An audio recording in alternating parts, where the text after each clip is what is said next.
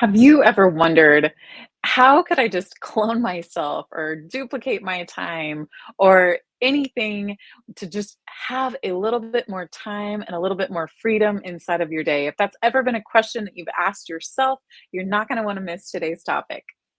Yeah, this just showed up for me the other day. Actually, I was working on something that was a little bit more techy than I'm used to. And so I spent a lot of time trying to figure out how to connect some domains and do some things.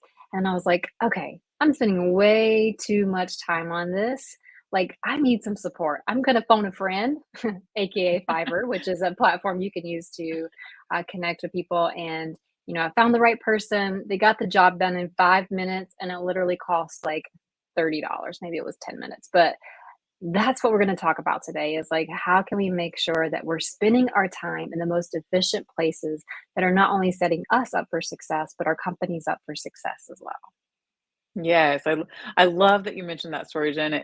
Honestly, it makes me think about like how many times have you ever driven home from work and you don't even remember driving? Like I think there's so many times that we just get on autopilot inside of our lives, where we're like, okay, we'll just do this, and you just don't even realize like driving home that you even how you got there, but you arrive. And I think a lot of that happens, the exact same way when we get inside of our business. We kind of get accustomed to what we get accustomed to doing inside of the salon, and we don't even think about like, hey, am I managing my time effectively, and am I spending it on what the most important things are? We'll find ourselves doing a lot of these tasks that, like you mentioned, could take hours, but is it the best use of our time? And so, if that's ever been you and you thought, gosh, I've been in Jen's shoes where I spent way too much time on a topic. I know I've been totally in your shoes before too, Jen. We're going to dive into some great resources and great ideas on how to discover what your value is and then how to delegate appropriately.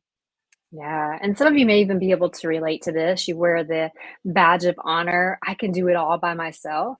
And so I wore that badge for a long time too. And to understand that seeking help and asking for help can really help you when you're feeling stuck, or even when you just, know that your time could be spent in a better place, not thinking that, in that reactive mind that I have to do it all or I'm the only one that can do that. So we're going to dive in that today too.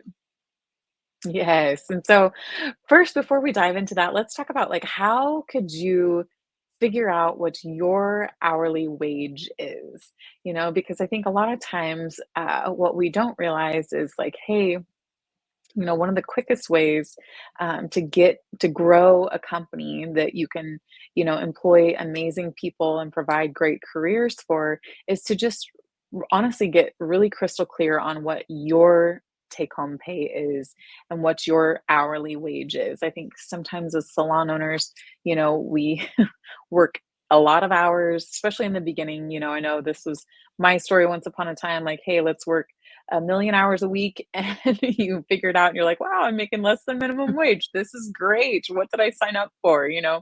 And so eventually, your goal is obviously to earn a great living and teach everybody on your team to earn a great living as well. And so I would say the first step is to just get crystal clear on what your hourly wage is. So let's just go through an example of how you would figure that out. So this is just a random number that we pulled out of a hat that, could be like a newer mid-level, wherever somebody's at. This is just a number we're throwing out there. So let's just say your take home pay is $80,000 a year. So, and, let's say that you worked like your stylist work and you only worked 32 hours a week.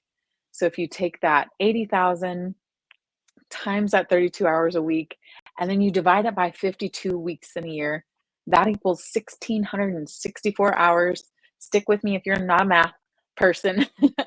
But then when you take that 80,000 and you divide it by that 1,664 hours, that gives you an hourly rate of $48 an hour. So that's just a really important number to know when you're looking at doing a task. If you're going to be spending, your time on it, are you putting that money to the best use, or could you be using your time for higher good that could increase, more abundance for everybody around you?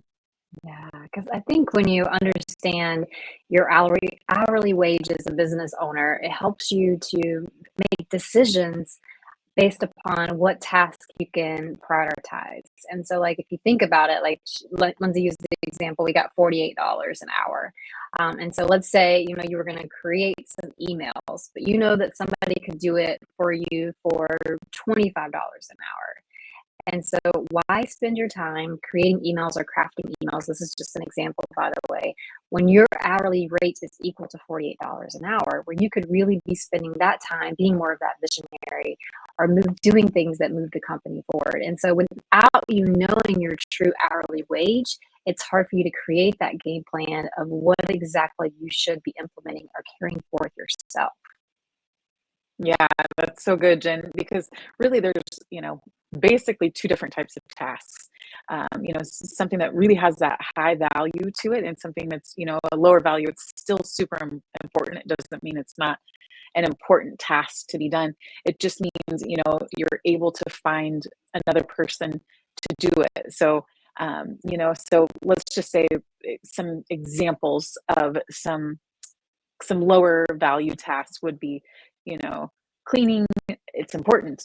We know that this is like one of the most important things. Like everybody has value on the team. I feel like value is maybe not the best word to use, but it's important. But if you spend your time cleaning and nobody is working on the marketing or the strategic planning of the company, like nobody's going to step into that role. And so you really have to get crystal clear on like, you know, cleaning, maybe QuickBooks, whatever it is for you that you're like, okay, I can find somebody that I trust to pass this hourly rate is so that I can really focus on that bigger picture. Maybe it's like implementing some new stuff in your education plan. Just really making out a list of all of the things that you're doing right now and assigning like, hey, is this high value or low value? Like, who do I need to find to delegate this to? Or who can I find that this is, maybe a superpower of theirs so that it can be done even better, and I think just removing your guilt as a salon owner, I think that can be a thing that keeps people stuck, is that they just feel guilty passing it on to somebody else, but knowing, hey, I'm serving the higher good by not doing all the cleaning and not doing all the admin work and all of that, then everybody wins in that situation. I love that. And if you're thinking, okay, this is cool, Lindsay and Jen and all, but like I'm nowhere near that $48 an hour or $100 an hour. Like Lindsay said earlier, like I've been there, like I'm barely I'm making below minimum wage. I'm actually working for free. And so if you're in that space too, just to know like this is a huge opportunity. When you know that number, then you can create a plan to do something about it. So maybe it's that your pricing needs to be right size. Maybe it's that, your career path needs some adjustments. Maybe it's that you're ordering too much inventory or your cost of goods is not 60% or below of your total sales. So just know that like the reason we want to share this, even if you're not to the hourly wage that you desire, there's just some opportunities to look at so that you can create that hourly wage that you desire. So good, and I think those tools of time blocking and prioritizing what matters and setting those clear boundaries is, and so really taking that time to go through that list of, hey, what can I pass on? What should I keep? What's going to take us to that next level? And then deciding like, hey, who do I need to meet next? Because like Jen mentioned, Fiverr is an amazing resource. Onlinejobs.ph is wonderful if you want to hire a virtual assistant. There's lots of, US based virtual assistant things as well. It just depends on what stage, what your budget allows, because that's going to make the highest impact.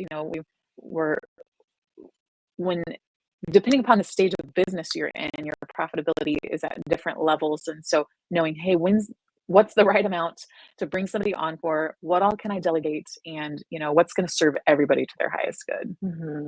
Yeah, I love that you said that because it also brings me to the thought of automating things, like just looking at your systems and processes, making sure that like there's automated marketing emails going out, that you have somebody doing that, like automated inventory systems. So the more that you can create those automations, the more likely your company can grow to a more scalable size too. So just taking a look and seeing, hey, I'm spending, 15 minutes calling back all these new guests to check in on their experience, where a virtual assistant could be doing that, or you could even create an automation for that. So just looking at it from that standpoint of how could I automate this so that I could gain back some time too. Mhm.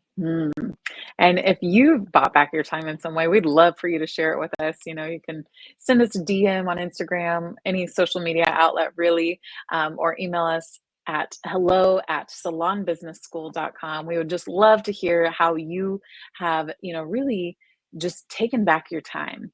Because, I think when the more time you start to take back, the bigger the vision that you can start to create, and the more people you can start to create successful career paths for. And I like to remember my first year inside of the salon industry, where I only made $3,000 my first year, and thinking, hey, like, we can change this story forever for everyone. And so when you become that person who has that clear path, you can show people the way. Like, really getting selective with your time is going to be the most valuable tool to get you to the next level. So, if you want any additional resources, also feel free to reach out to us. We'd be happy to provide those for you. Yeah, and I love the quote that says, when you feel like you have everything going on or you're doing everything, it really equals to you have nothing going on, because your brain is so focused in so many different directions, it doesn't even know the crystal clear path of what you're really trying to create. Love that. All right. Thanks for tuning in. We look forward to seeing you soon.